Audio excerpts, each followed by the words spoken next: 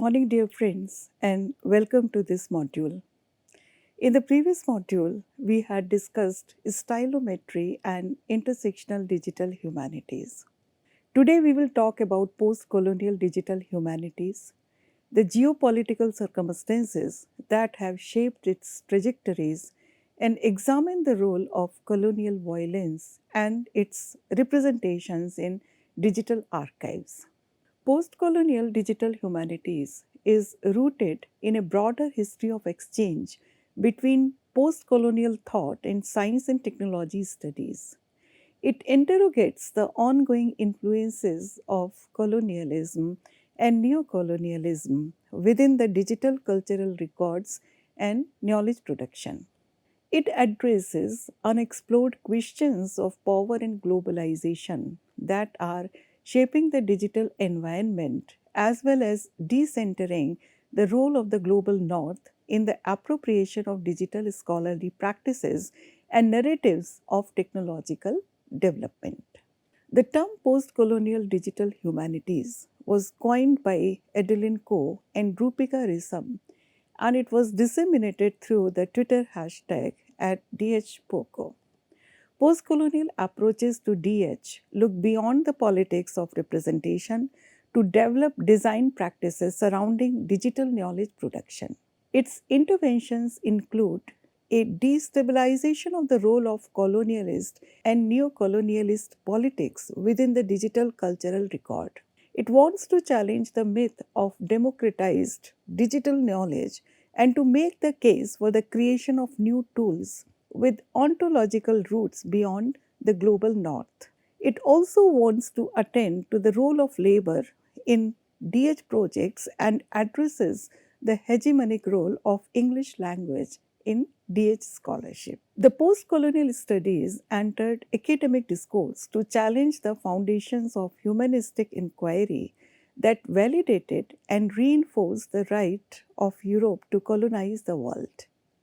It gained a foothold through the writings of Edward Said as well as Gayatri Chakravarti Spivak, who offered a radical critique of Eurocentrism through their writings.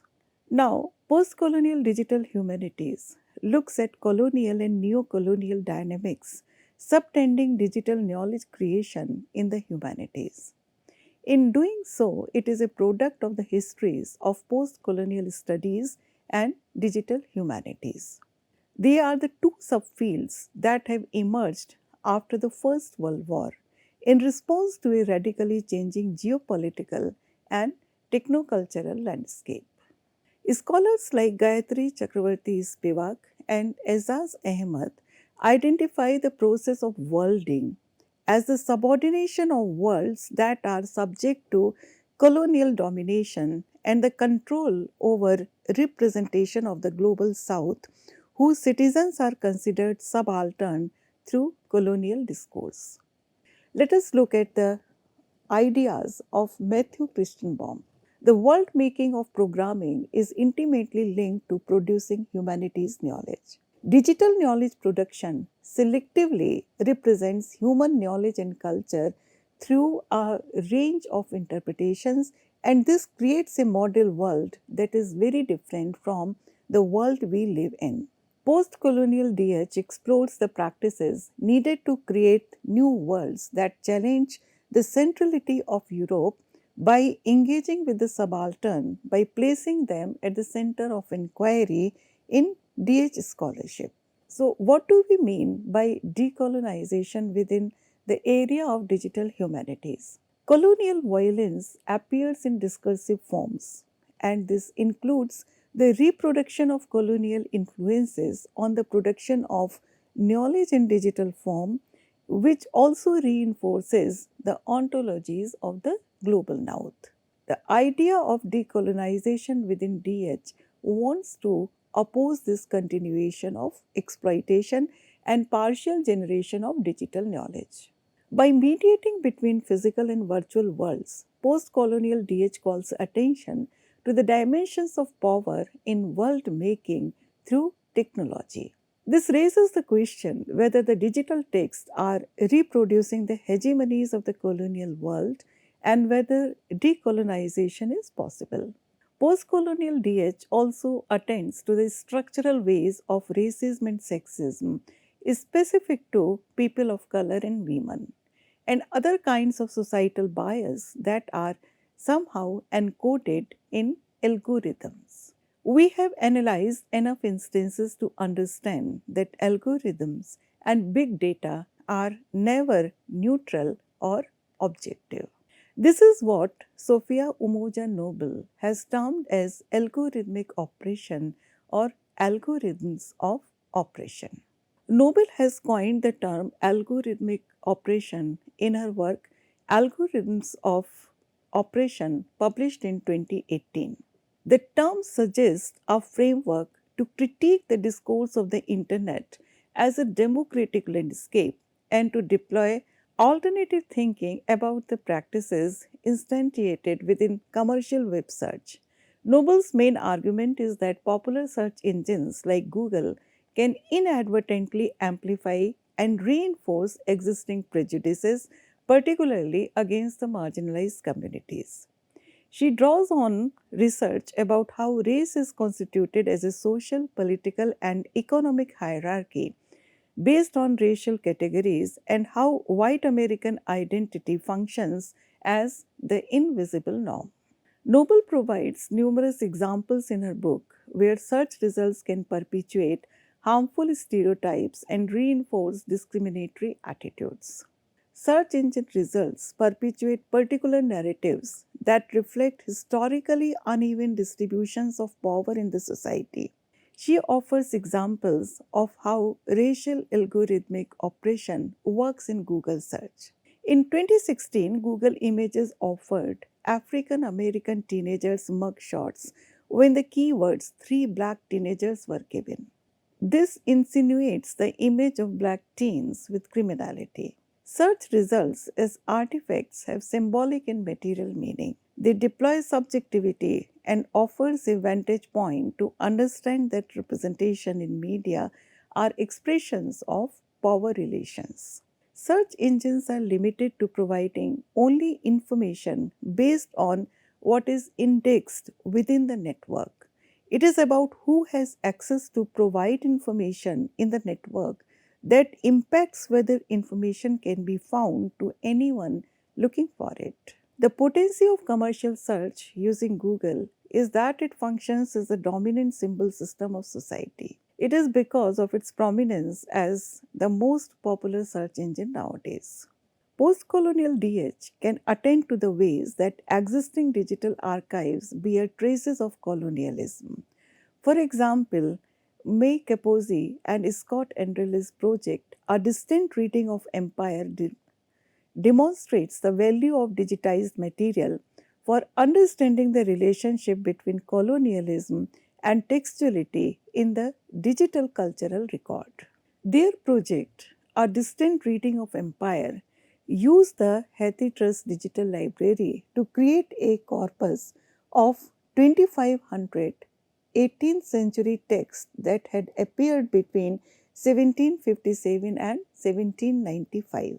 A statistics based language processing software called Mallet was used for topic modeling, which is a form of text mining that groups words in a corpus into topics. A 150 topic model was used to interpret the relationship between India and Britain. Topic 114 is a topic regarding India. The words company, nabob, and India are clear indicators of the colonial relationship and the British interests in India. The topic model also shows a connection between the North American colonies and India. The spike in the graph between 1765 and 1770 corresponds with the June 1767 townshend duties imposed on the North American colonists on imports like glass, paint, and most importantly, tea, which had resulted into what is known as Boston Tea Party in American history. One significant dimension of post-colonial digital humanities is rethinking the role of representation in digital archives and the design methods extending from it. Digital archives are often heralded for their promise of openness and access to knowledge, as well as creating spaces for counter narratives. However, there are traces of colonial violence within these archives also. We can refer to the work of Anne Laura Stoller, who has delineated the need to read archives as technologies of colonialism, as there are consistencies of misinformation, omissions, and mistakes along the archival grain. According to the famous historian Ranjit Guha, archives are political distortions that interpolates colonial subjects as irrational and in need of rule. The Postcolonial Digital Archive critiques its relationship to imperial culture by acknowledging its rootedness in imperial and colonial pasts. It is informed by an awareness of the violence of imperial practices and settler colonialism. And therefore, the Postcolonial Digital Archive attempts to repair the past by recovering colonized voices and deconstructing imperial values. It engages with postcolonial and archival theories to reinterpret the colonial ideologies embedded in the archive's primary materials, both through digital as well as critical frameworks. Decolonization happens when there is an acknowledgement of the painful colonial violence and a desire to resist the further propagation of the practices of the imperial archive. The decolonizing project can range from the creation of archives that function as sites of resistance to those that purposefully preserve underrepresented voices and recontextualize colonial material. Let us now look at post colonial DH from the perspective of South Asian studies to understand how South Asian voices have been marginalized and to understand the hegemony of the canon of Western male authors and the intersectionality of marginalization online. South Asia and its diasporas are deeply implicated in technospaces, as South Asia is a site where technology has had an embodied impact on its history as well as contemporary culture.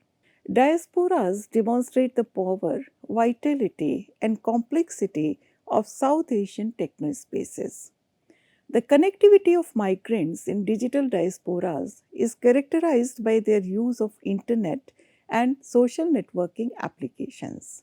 South Asian digital humanities interrogates the influences of colonialism that have marginalized the South Asian voices and diasporic communities. The intersectionality of these marginalizations and the totalizing impulses of algorithms that institutionalize racism and xenophobia. Skewed power relations and transnational capitalism that exist in South Asian and other post colonial nations testify the ongoing struggle for their representation within digital milieus and digital knowledge production. Cyberspace constitutes an important new space for the subaltern. This is because cybercultures are extensions of existing social and cultural practices.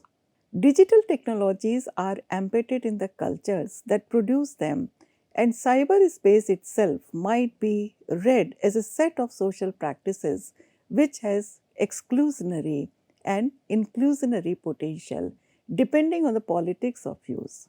Before we move on to digital humanities practices in the South Asian context, it is important to look at technoculture. This transnational global activism can create linkages with other histories of oppression like that of the African Americans. The persistence of colonial structures in digital age is still huge.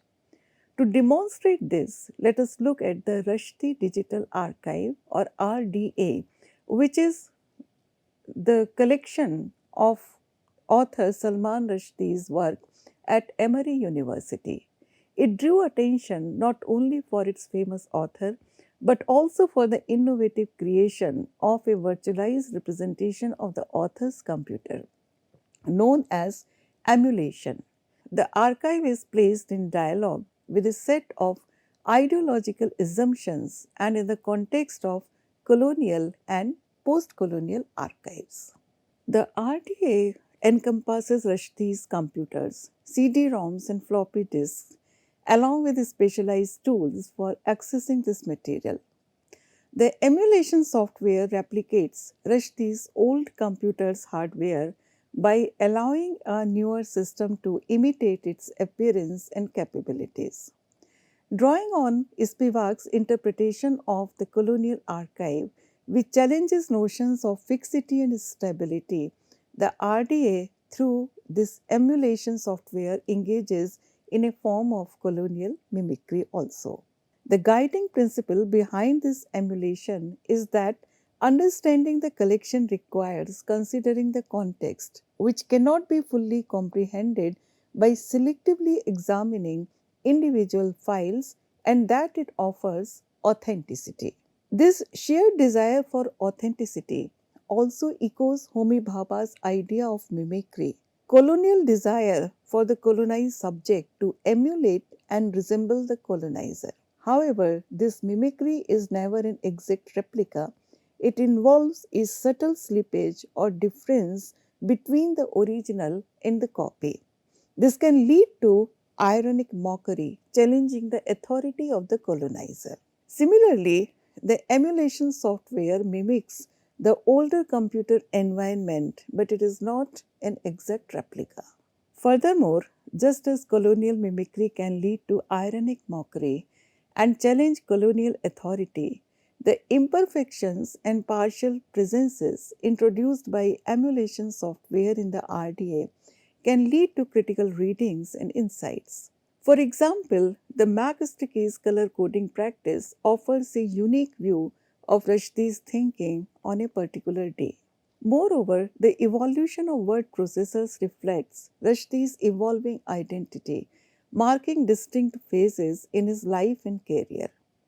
It is interesting to note that Indian fiction incorporates machine reading in the narrative. One such example is the Indian post-colonial writer Amitav Ghosh's The Calcutta Chromosome.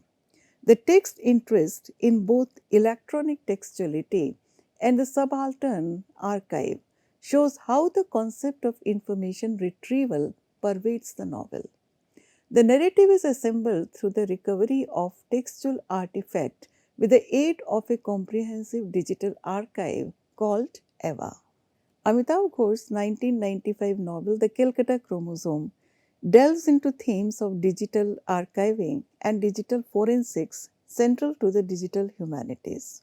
Matthew Christianbaum's used concept of digital forensics involves applying investigative techniques to retrieve, analyze, and understand digital information.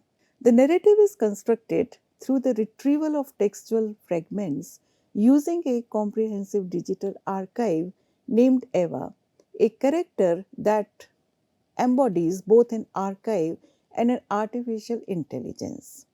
The narrative is woven together from fragments found within the gaps and omissions of the archive, incorporating various forms of colonial modernism and vernacular literature. The representation of vernacular literature, particularly through the character of Phool Bunny, challenges its status within the electronic text archive, positioning it as a valuable data.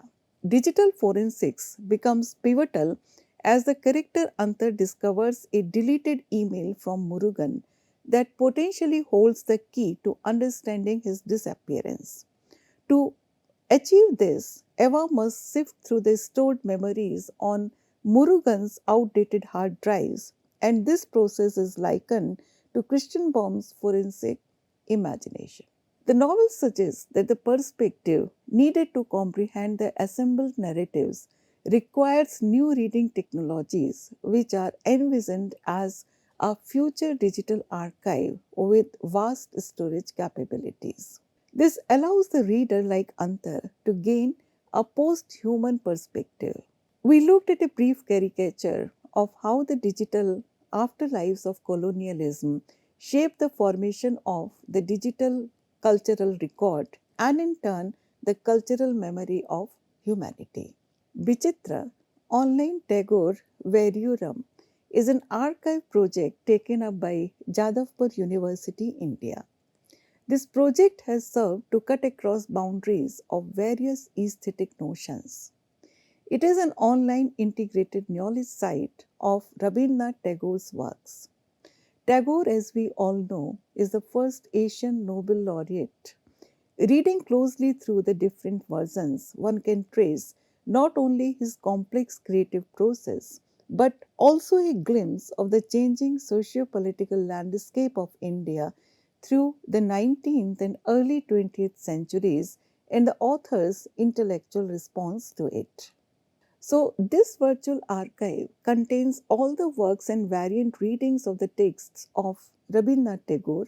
The three major tools that Bichitra provides for a user researcher are images and transcription, hyperbibliography, and search engine. So, there is a page wise transcription with the image of the manuscript. The hyperbibliography of Tagore's English poems and songs is indexed according to the genre, and hyperconcordance enables us to draw metadata by citing the genre, title, chapter of a novel or a play, collection, or name, etc.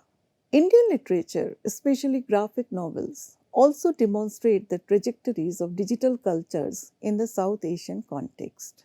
The graphic novel is an alternative hybrid form of storytelling which combines art and writing.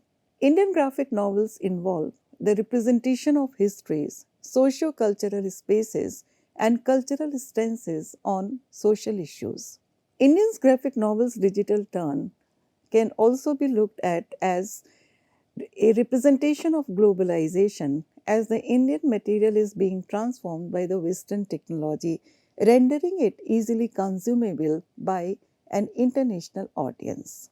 The Harappa Files, published in 2011 by Sarnath Banerjee, is a fictitious story set in the urban locale that showcases everyday instances, and it also invokes a postmodern identity by using a psychoverbal language, fragmented narration, and authentic portrayals of the cultural degeneration, globalization, and the loopholes in the nation's governance. Bhimayana Experiences of Untouchability, published in 2011 by Sri Vaidya Natarajan and S. Anand, is based on the life of Dr. B.R. Ambedkar. It introduces its readers to the larger social history of segregation based on caste. Technological artifacts like computer have impacted the corpus of post-independence Indian English novels. The emergence of new publication houses, digital spaces, and technology are increasingly becoming the ones where human knowledge is produced and amplified.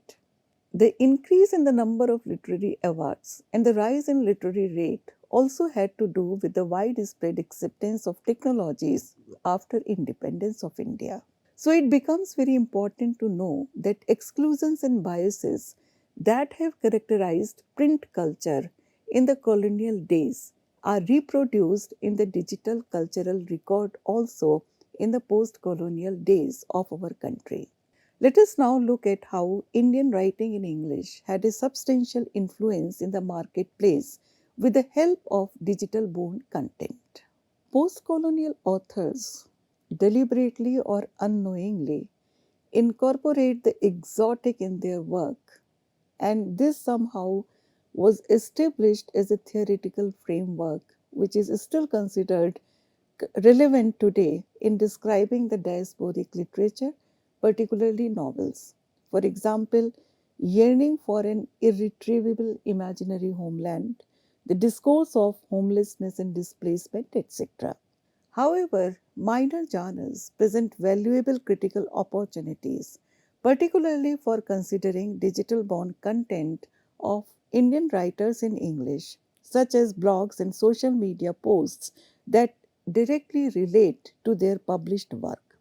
And therefore, it is crucial to recognize that epitexts exist anywhere outside the book and encompasses a range of discourses with functions extending beyond mere paratextual presentation and commentary. Digital born content has the potential to expand access to the established market for marginalized populations, both authors and readers. Digital humanities can help to scrutinize the digital born content essential for a critical exploration of digital paratexts. Let us look at how Amitav Ghosh's digital epitexts serve as a means to navigate and transcend the confines of the Western literary marketplace. Amitav Ghosh is a highly productive author. He is also famous for his digital epitexts in minor genres. He can be treated as an example of an Indian writer in English who straddles both the Western literary market and its exclusivity. While firmly rooted in the Western academic sphere, Ghosh critiques the exclusions within the Western literary market and uses his position to amplify marginalized voices. Ghosh maintains his author webpage as well as active blog and Twitter feed also. His blog username, Christomather, reflects his role as a language teacher, presenting his blog as a collection of didactic texts.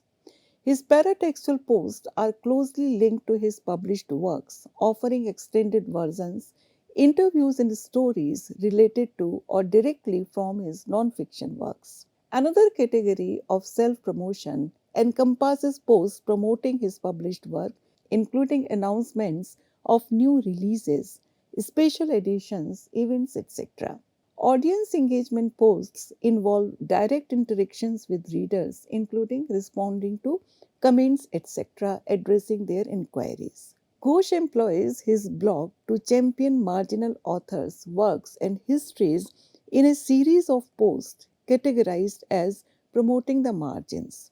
These include book reviews, transcribed text posts, and historical narratives focused on marginalized post colonial experiences, often in non English languages.